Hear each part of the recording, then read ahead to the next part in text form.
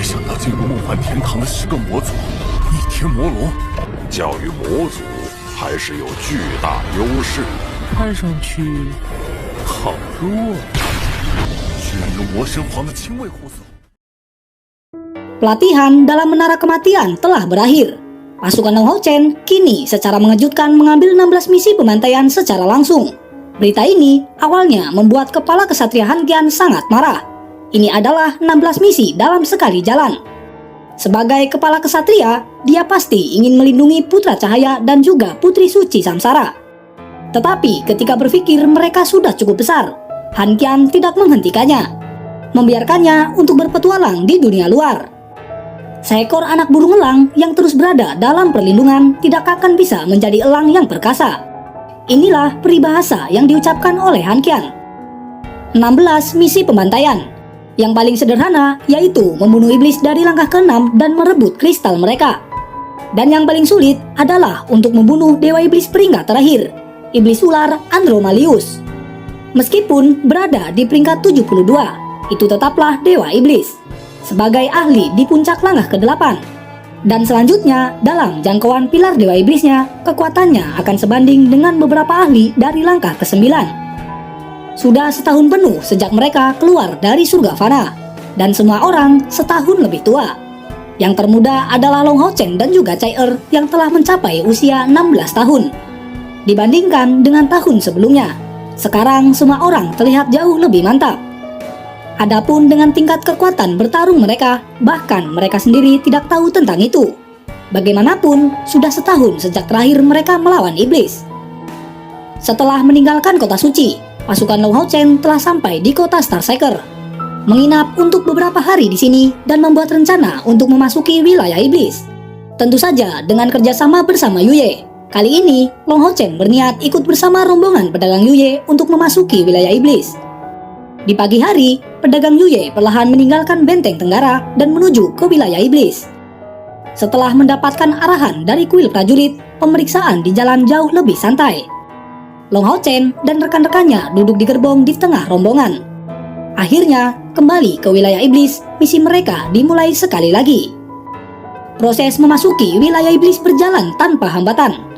Pada pagi hari berikutnya, kelompok pedagang sudah jauh di provinsi Narek. Dan persis seperti perkiraan Long Hao Chen, mereka mencapai ibu kota provinsi Narek, kota Nadou pada tengah hari. Kelompok pedagang tersebut beristirahat sementara di sini selama 1 jam sebelum melanjutkan perjalanan mereka. Dan di sini juga, misi pertama dari pasukan Long Hao Chen akan dilakukan.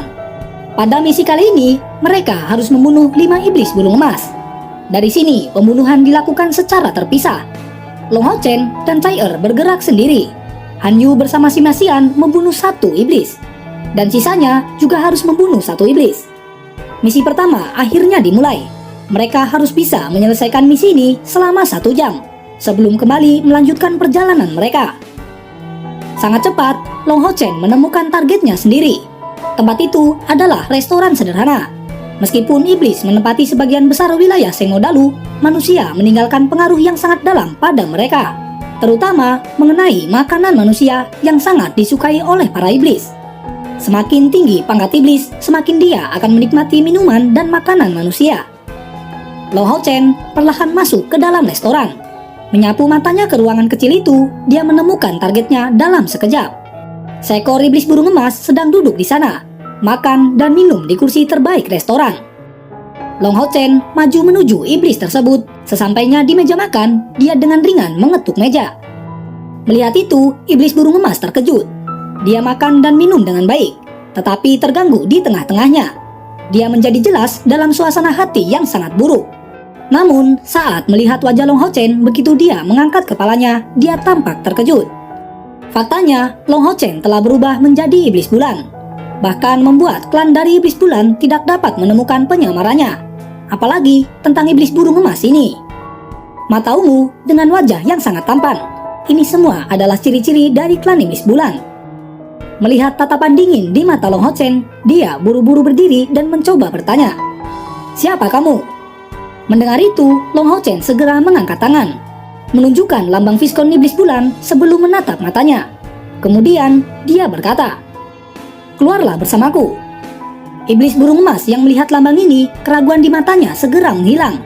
Berdiri dengan tergesa-gesa, dia mengikuti Long Hao Chen keluar dari restoran. Di sekitar mereka, cukup banyak iblis yang melihat pemandangan ini. Meskipun mereka tidak melihat wajah Long Hao Chen, melihat karakter hebat seperti iblis burung emas terkejut, orang mungkin bisa membayangkan seperti apa keberadaan orang itu. Meninggalkan restoran, Long Hao Chen menghentikan langkahnya di pintu restoran. Iblis burung emas itu bertanya dengan sangat hati-hati, "Tuan Viscount, apa yang ingin Anda katakan kepadaku?" Dengan melambaikan tangannya, Long Hao Chen kemudian berkata, "Kamu, kemarilah mendekat." Mendengar itu, iblis burung emas buru-buru mendekat. Dia masih merasa kesal karena harus berpisah dengan makanannya. Melihat iblis itu tunduk di depan matanya, Long Hao Chen mengungkapkan pandangan dingin. Mengangkat tangan kanannya untuk meletakkannya di bahunya. "Apakah kamu menyadari kejahatanmu?" Di depan, iblis burung emas mengangkat kepalanya menatap Long Hao Chen dengan kaget. Tepat pada saat itu, dia menjadi sangat waspada. Tetapi itu semuanya sudah terlambat. Pada saat ini, tangan kanan Long Hao Chen menancapkan kilat pedang dingin di lehernya. Dan saat itu juga, mata iblis burung emas segera tertutup. Dia bahkan tidak punya waktu untuk berteriak. Dengan kilatan keemasan, mayat iblis burung emas menghilang ke dalam liontin abadi. Long Hao Chen tidak berhenti sampai di situ. Dia segera menuju Lin Xin dan juga Han Yu. Pertarungan Long Hao Chen tidak menarik banyak perhatian, karena pertempuran sudah berakhir segera setelah dimulai. Saat ini, dia sedang mengkhawatirkan semua rekan-rekannya. Sampai pada titik ini, itu masih berjalan baik bagi semua orang. Meskipun pembunuhan tidak berjalan sebaik Long Hao Chen. Ya, itu adalah pertempuran yang bisa dilihat dengan jelas, tetapi masih bisa dikendalikan dengan baik. Dengan kematian beberapa iblis burung emas, kota Nado hanya butuh sekejap untuk bereaksi. Dewa Iblis yang bertanggung jawab atas kota tersebut segera memberi perintah untuk menutup gerbang dan mencari mata-mata manusia. Begitu perintah dikirim untuk menutup gerbang kota, kelompok pedagang Yuye kebetulan hampir meninggalkan kota. Mengingat dengan kejadian kelompok pedagang Yuye yang telah membuat Kaisar Dewa Iblis marah, akhirnya kelompok ini masih diizinkan untuk pergi. Misi pertama berjalan dengan lancar. Long Hao Chen juga dalam suasana hati yang sangat baik.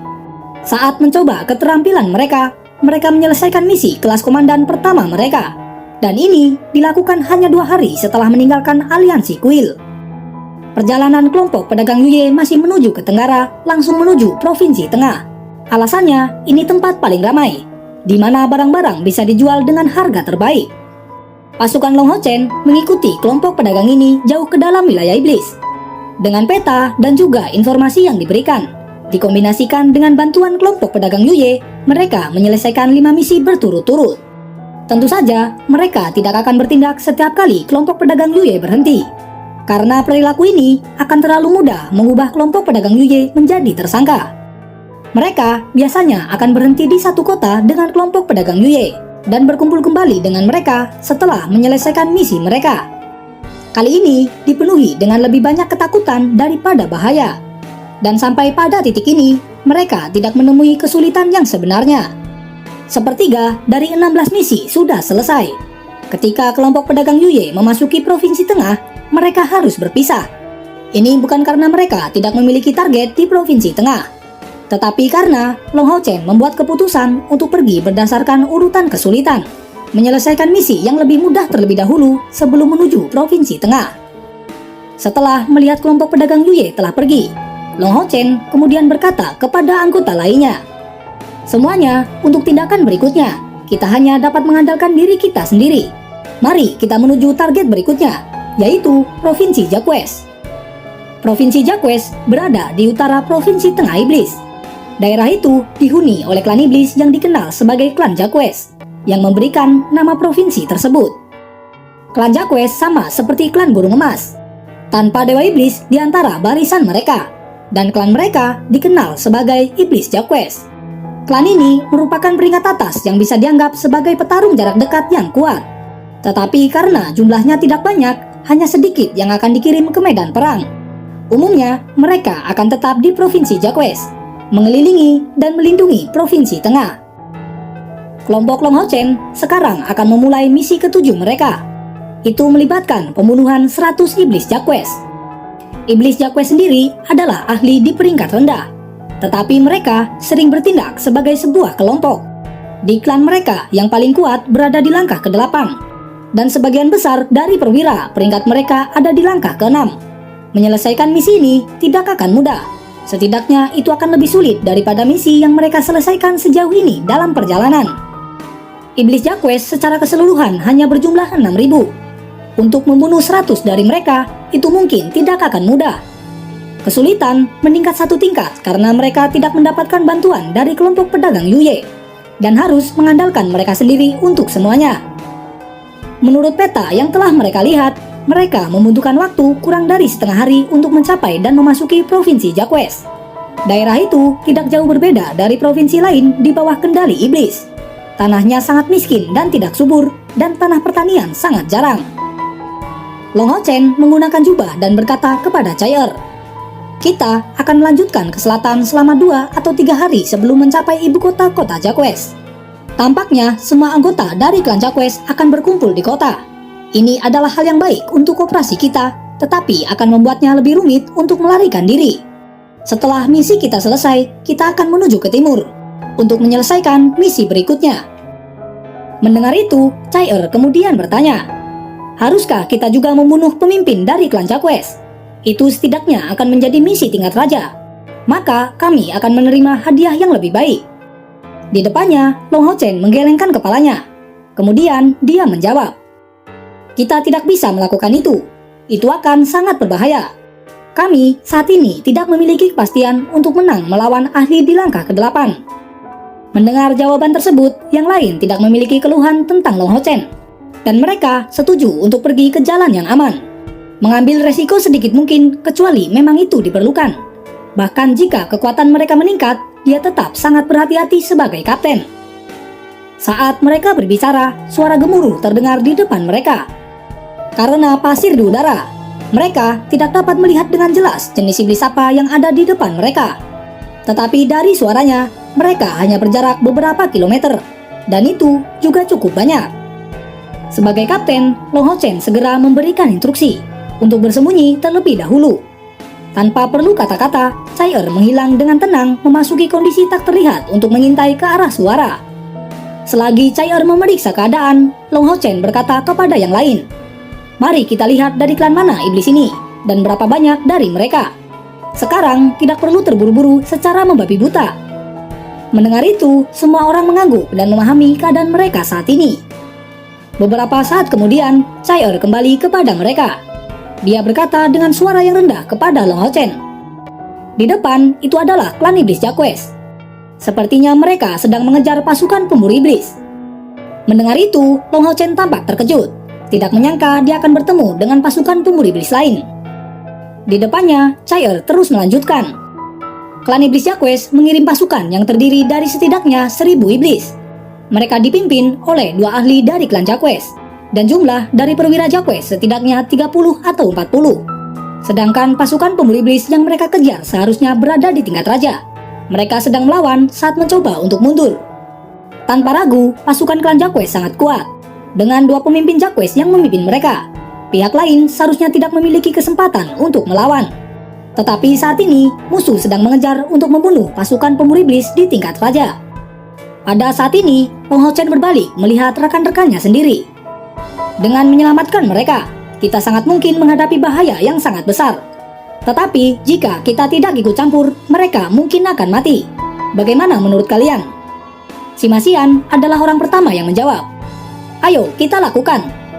Mendengar itu, semua orang mengangguk berturut-turut ke arah Long Hao Chen. Kemudian Long Hao Chen menyipitkan matanya dan berkata pada Chai Er, "Chai Er, kami akan menyerahkan yang itu padamu. Jika aku tidak salah menebak, itu seharusnya adalah pemegang iblis. Iblis udara dari langkah ke-6 yang berspesialisasi dalam dukungan. Mereka adalah kekuatan pendukung paling penting dari ras iblis. Kamu harus bisa menyingkirkannya sebelum bersatu kembali dengan kami, dan juga sambil memastikan jalan untuk mundur. Setelah membunuh pemegang iblis, kami akan bertindak dari pihak kami.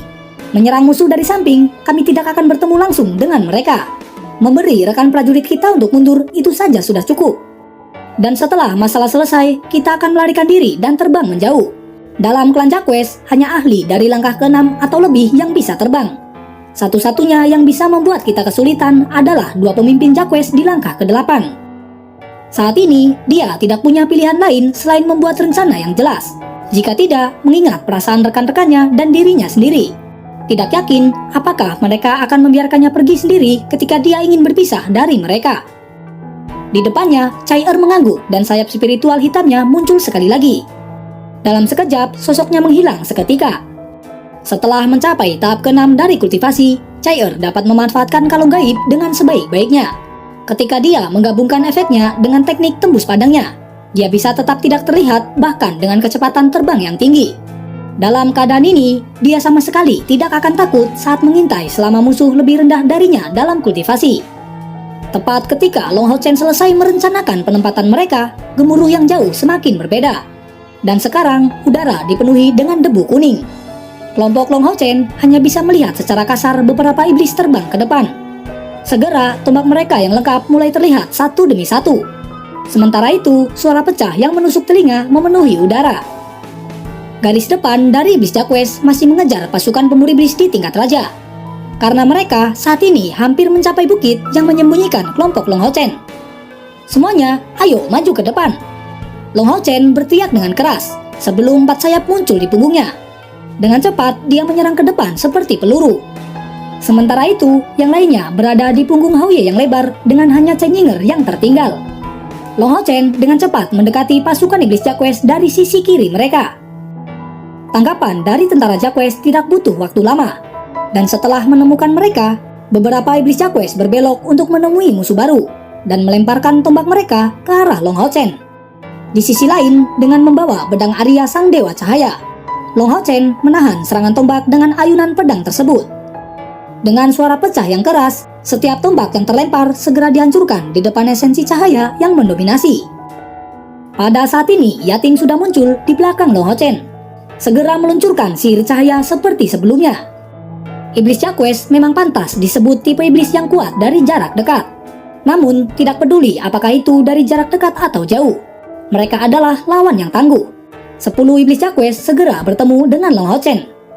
Sekarang, Long Hao Chen bertujuan untuk menyelesaikan ini dengan cepat, dan juga berharap untuk menyelesaikan misi mereka di sini. Oleh karena itu, dia secara alami tidak memiliki reservasi. Pada saat ini, dia mengayunkan 2 pedang, meluncurkan riak cahaya dengan serangan cahaya. Orang dapat melihat bahwa kedua pedang itu berbeda. Namun, itu memiliki kesamaan, yaitu memiliki niat pedang yang sangat kuat. Memancarkan pedang cahaya mengerikan sepanjang 10 meter, menyapu musuh seperti angin. Setidaknya, ada selusin iblis Jacques yang mati dengan serangan tersebut. Melihat itu, bahkan Long Hao Chen sendiri tidak berharap Arya Sang Dewi Cahaya memiliki kekuatan ledakan yang begitu besar. Selama misi terbaru mereka tidak terjebak dalam pertempuran yang ramai seperti ini. Sehingga Long Hao Chen hanya perlu belajar sekarang bahwa pedang ilahi benar-benar mencapai tingkat kekuatan yang menakutkan. Di waktu normal, Arya Sang Dewi Cahaya bisa melepaskan bilah cahaya sepanjang 2 meter. Tetapi ini tanpa bantuan dari elemen cahaya murni yang dilepaskan oleh Long Hao Chen. Ini sudah menembus 10 meter. Dengan dukungan dari niat pedang yang meluap, Long Hao Chen seperti harimau di antara kawanan domba. Sekali lagi mengepakkan sayap di punggungnya. Dia berjalan ke barisan musuh dan segera meledak seperti spiral emas tirani di tengah-tengah kelompok iblis Jacques. Di sisi lain, dengan teriakan resonan, sosok besar Hao Ye melesat ke depan. Menyapu ekor besarnya, dia dengan berani mengirim beberapa iblis Jacques terbang ke langit. Kemudian, dengan kepala keempatnya, terus-menerus meluncurkan mantra satu demi satu. Semuanya meledak secara berurutan. Sekarang, Han Yu, Wang Yuanyuan, dan juga Sima Xian melompat dari punggung Hao Ye. Sima Xian berada di depan, menghalangi musuh di depan Hao Ye untuk membiarkannya melancarkan serangan sihir yang mulus. Sedangkan Wang Yuanyuan dan Han Yu berada di sisi kiri dan kanan. Ini adalah pertempuran kerumunan pertama mereka sejak memasuki wilayah iblis kali ini. Dan melihat ledakan kekuatan yang kuat dari Long Hao Chen, semua orang dipenuhi dengan kepercayaan diri. Di tangan Wang Yuanyuan, perisai jiwa ilahi berputar-putar.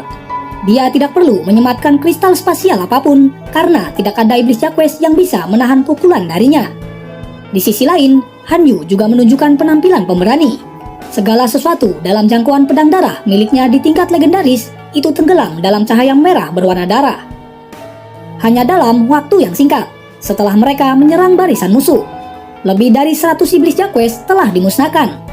Dengan kata lain, misi mereka telah berhasil diselesaikan. Pasukan Long Hao Chen membuat kemunculan yang sangat tiba-tiba, dan baru sekarang pemimpin iblis Jaquest telah menyadarinya. Kedua pemimpin Jaquest segera berteriak. Di belakang mereka, selusin perwira Jaquest dari langkah ke-6 memimpin pasukan kembali untuk berkumpul dan menyerang kelompok Long Hao Chen. Sementara itu, dua pemimpin ini terus mengejar pasukan pemburu iblis di tingkat raja. Tidak diragukan lagi, kedua pemimpin Jaquest ini sangat cepat bereaksi. Dan juga itu cukup bagus dalam penyesuaian diri dengan kondisi medan perang. Tetapi, mereka juga meremehkan kelompok Long Hao Chen. Dapat dikatakan bahwa kondisinya saat ini, Hao Ye dapat dianggap sama dengan 4 penyihir. Semuanya berada di langkah ke-6. Dalam keadaan ini, sambil menunggu selusin iblis Jaquest dari pangkat perwira datang, korban di antara iblis Jaquest biasa sudah melampaui sampai 200. Dan itu meningkat dengan sangat cepat. Setelah bergegas untuk membunuh musuh, Long Hao Chen sekarang kembali ke sisi rekan-rekannya. Melihat selusin iblis Jaquest menyerang mereka, Long Hao Chen mendengus dingin dan bertemu langsung dengan mereka dengan langkah besar. Tiba-tiba, sesosok hitam muncul di sisinya saat itu. Memalingkan kepalanya, Long Hao Chen melihat Chai dengan ringan mengangguk kepadanya. Keduanya sekarang hampir bergandengan tangan untuk membunuh lusinan iblis Jaquest tersebut. Sesaat kemudian, pemandangan yang luar biasa terjadi. Tepat ketika iblis Jaquest sedang melawan Arya Sang Dewi Cahaya, mutiara di ujungnya menghasilkan suara kehancuran. Dan segera setelah itu, sejuta kilatan meletus ke arah iblis Jaquest tersebut. Bahkan dengan sisik pada dirinya dan dukungan yang kuat dari energi spiritual kegelapan. Ketika Arya Sang Dewi Cahaya meluncurkan kilatan penghapusan iblis, bagaimana dia bisa menahannya? Tubuhnya saat ini hancur berkeping-keping. Semua 30 perwira Jaquest dari langkah ke-6 telah dimusnahkan. Melawan serangan tirani dari pasukan Long Hao Chen, akhirnya pasukan iblis Jaquest telah dikalahkan. Dan mereka mulai melarikan diri ke segala arah. Pada saat ini, dua pemimpin Jaquest dari langkah ke-8 berada dalam kondisi terkejut. Sementara mereka terjebak dalam kesulitan yang tak terhindarkan. Tentu saja, pasukan Long Hao Chen tidak akan mengejar iblis Jaquest yang melarikan diri. Sejak awal, mereka hanya mengejar ahli dari klan Jaquest untuk menyelamatkan sesama rekan mereka. Namun, bertentangan dengan harapan, mereka telah mengalahkan pasukan tersebut. Situasi seperti ini sebenarnya hampir tidak pernah terjadi pada tentara dari aliansi Kuil. Di sisi lain, pasukan tingkat raja menghentikan pelarian mereka. Dalam tim ini, yang paling kuat adalah Ksatria Mithril dan juga seorang pemanggil. Berkat pemanggil yang menghabiskan banyak biaya energi spiritual untuk memunculkan semua panggilan itu, mereka telah menahan serangan dari iblis Jaquest dari langkah ke-8 tersebut dan membuat serangan menjepit dengan kelompok Long Hao Chen. Bagaimana dengan cerita selanjutnya? Akankah kelompok Long Hao Chen dapat melarikan diri dalam situasi saat ini? Melawan iblis Jaquest dari langkah ke-8, bisakah mereka menang melawan